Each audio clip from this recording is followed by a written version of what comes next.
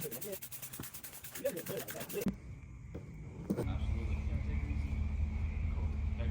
later. Warm orange light coming from outside your window. It ain't the sun waking you up in the morning. It's me and my 1969 f250. Just a unplanned installation session.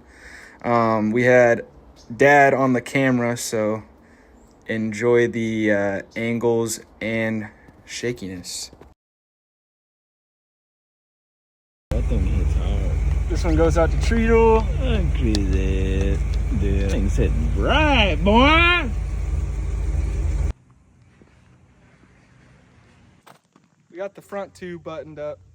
So we're gonna. These were actually my second choice of side marker, and I'm glad I went with them. They really keep the old look.